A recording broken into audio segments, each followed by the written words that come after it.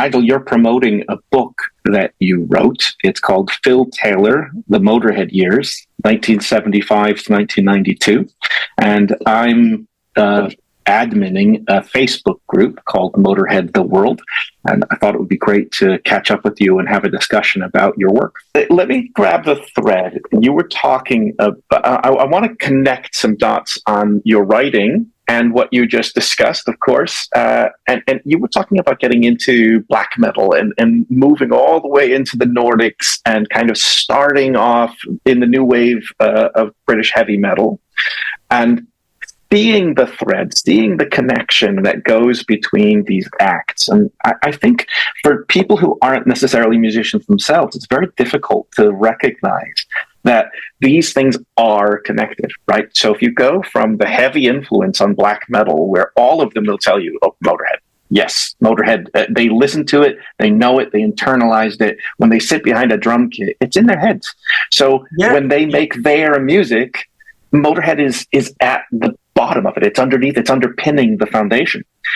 But now let's talk about Phil, because Phil started drumming with Motörhead in 1975. You know, your book is 1975 to 92. What was his underpinning, and what do you point out in the book that was his foundation when he started this new direction for music? Well, the main essence I got from research was, and I think I did know this beforehand, that he was a big Motown fan. And I've been a big Motown fan too, and playing that, what they call the Motown groove, where you just slamming the snare on 4. That's Capricorn, that's Ace of Spades, you know. And I think Phil, being the smart lad that he actually was, you know, he liked to hide behind this kind of character. Punk attitude. Yeah. He was sharp, and that came through in his drums. You know, he was able to take sound and style and influence and what he was taught as well from his tutor, and interject that into Motörhead. And one thing I think is, certainly when I was researching early metal, particularly Black Sabbath, with the whole polka tote band, you know, and the blues and jazz influence, that's definitely there in Phil too, because his dad used to play a lot of jazz music, apparently. I haven't actually chatted to his sisters about that yet, but I'd really like to. And that comes through. The guy swings with a really good sense of swing. And you really do find that in a lot of 70s metal and rock drummers really could swing. And it comes off the back of the big jazz explosion that hit the UK as well, with the British blues explosion as well.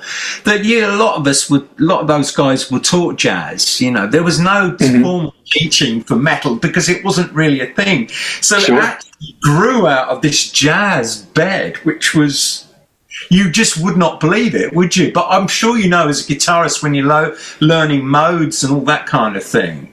And guitar and metal and the syntax of metal guitar work and its sound is very similar to jazz.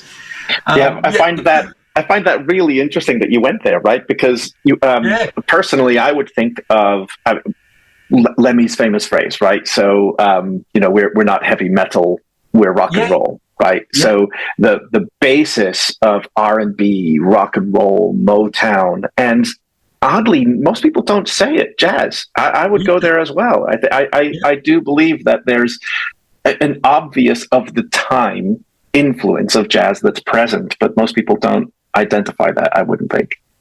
I think you're dead right. And I think the world we live in today, I think in terms of genre, we've gone a bit mad with genre. We've got micro genres, but really the difference is probably one player might just use one guitar and another something else. You know, they're microcosmic differences. But back then, I don't think genre was really a thing. It was a marketing strategy for a start. And it's only really sort of at the turn of the last century that became more and more prolific. Back then, everybody was hanging out with each other. It kind of all fed into one thing. You know, classical musicians were on the scene of jazz, and jazz musicians were on the scene of blues, and oh, you've got that distortion pedal. Oh, yeah, wow, man, let's try that and see what happens. I don't think there was this separation. Certainly by the time I was at school, you know, I was a metalhead, and there was only about 2 of us in my school. The rest were all mods and skinheads. So that was quite a thing where we were in Chelmsford. I mean, if you visited Chelmsford now, you just wouldn't believe it. It comes across as a very happy middle-class town, but, you know, there was an undercurrent there, definitely. And I think just happening to like Motörhead was quite a statement.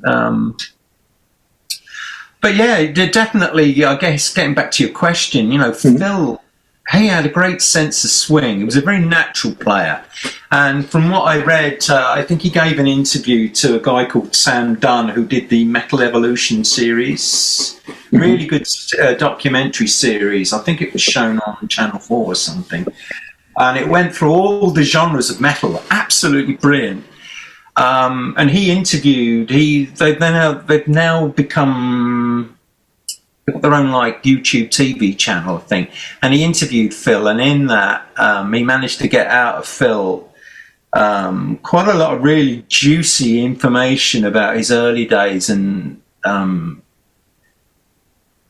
the fact that he grew up listening to jazz, big band swing also helped. And you know, I think his portrayal was this visceral animal playing the drums, but actually there was a guy there with really light touch. If you watch him, he has his drums set up really high, so there's not so much room to travel.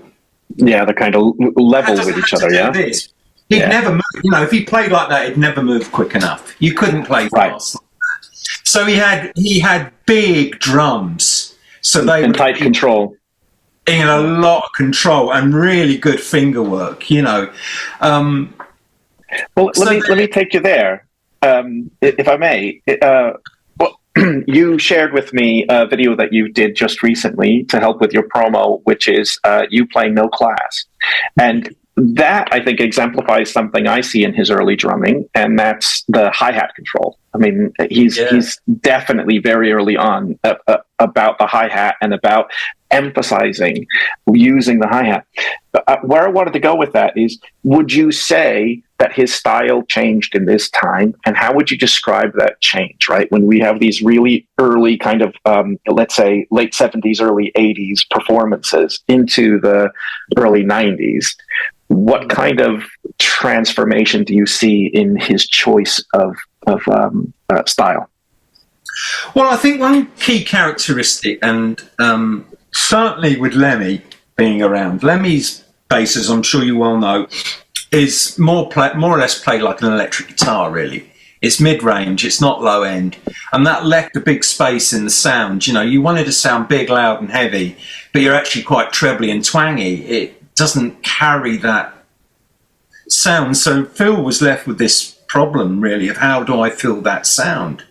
So he was constantly trying, I think somewhere I was reading, I might have put it in the book, about it, when they were mixing Overkill, they were trying to get that low end, so they were mixing a lot of the drums in at a very low pitch to really fill out the bottom end. I mean, and I noticed that on Ace of Spades. I think, for me, I love the album, but I think the mix, you had to have a really good hi-fi system to get it to sound like Overkill, because Overkill just had this lovely warmth to it, and I just think it was the way they mixed it and got the bass drums out. And of course, that's when Phil started to use the twin pedals. Yes. You know,